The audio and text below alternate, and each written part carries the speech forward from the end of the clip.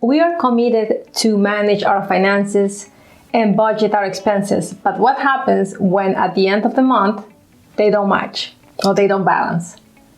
Are we forgetting to add something to our expenses? Well, that's the topic for today.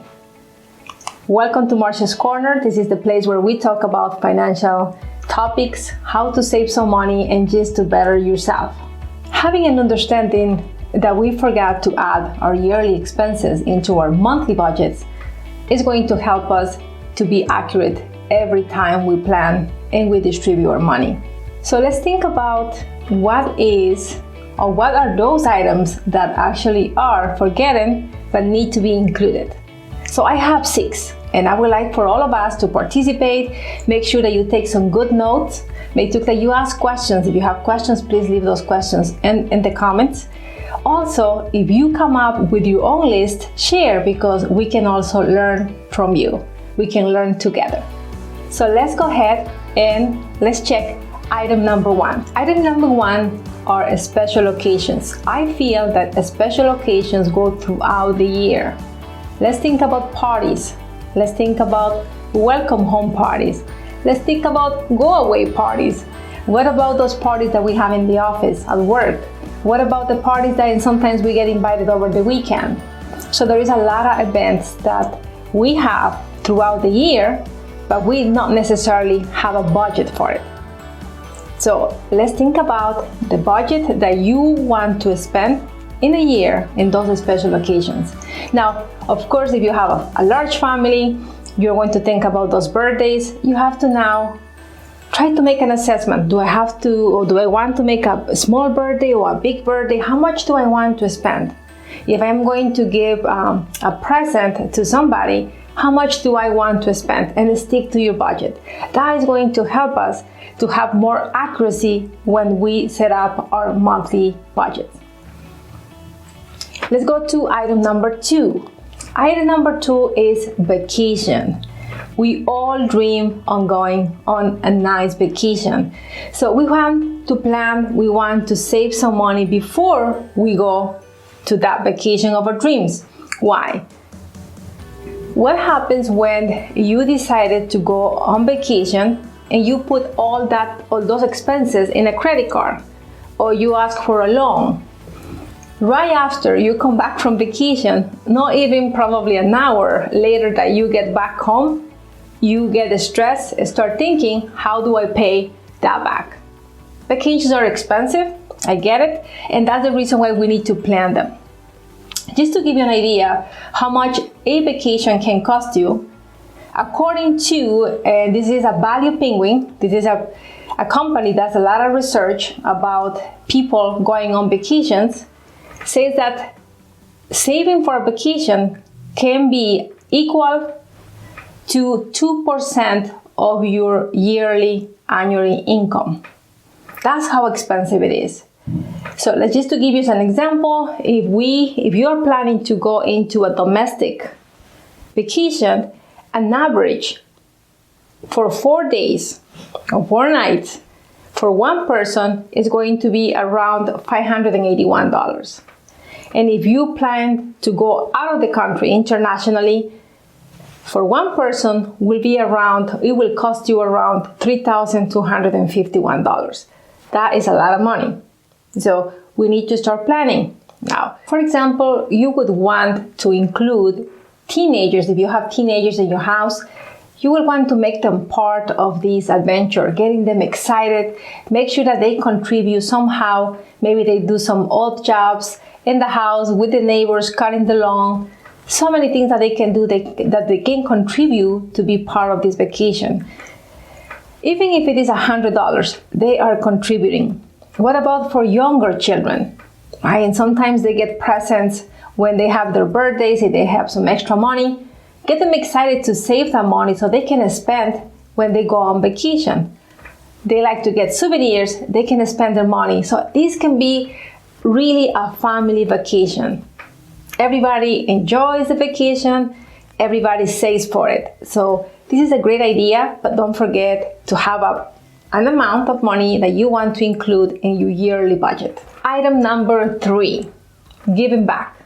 Many of us like to go back to communities. We have some organizations, non-profit organizations that we contribute, even to church, right? We like to give back to people. We like to give back to the community. We should have a budget for that.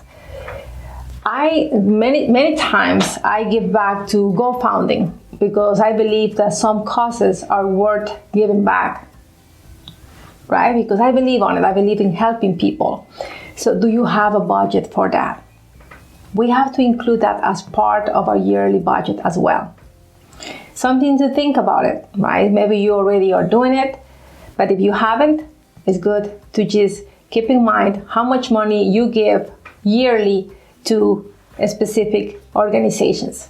Item number 4, and this is something that probably we forget. These are annual payments. We have those annual payments that come once a year, and when they come, our balance sheet gets upset. We have to come up with the money. And those can be Amazon. I think probably 95% of the population buys now through Amazon. It's an annual fee for that.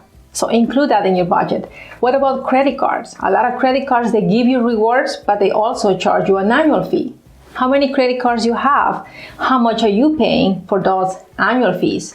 What about lines of credit? Lines of credit are great.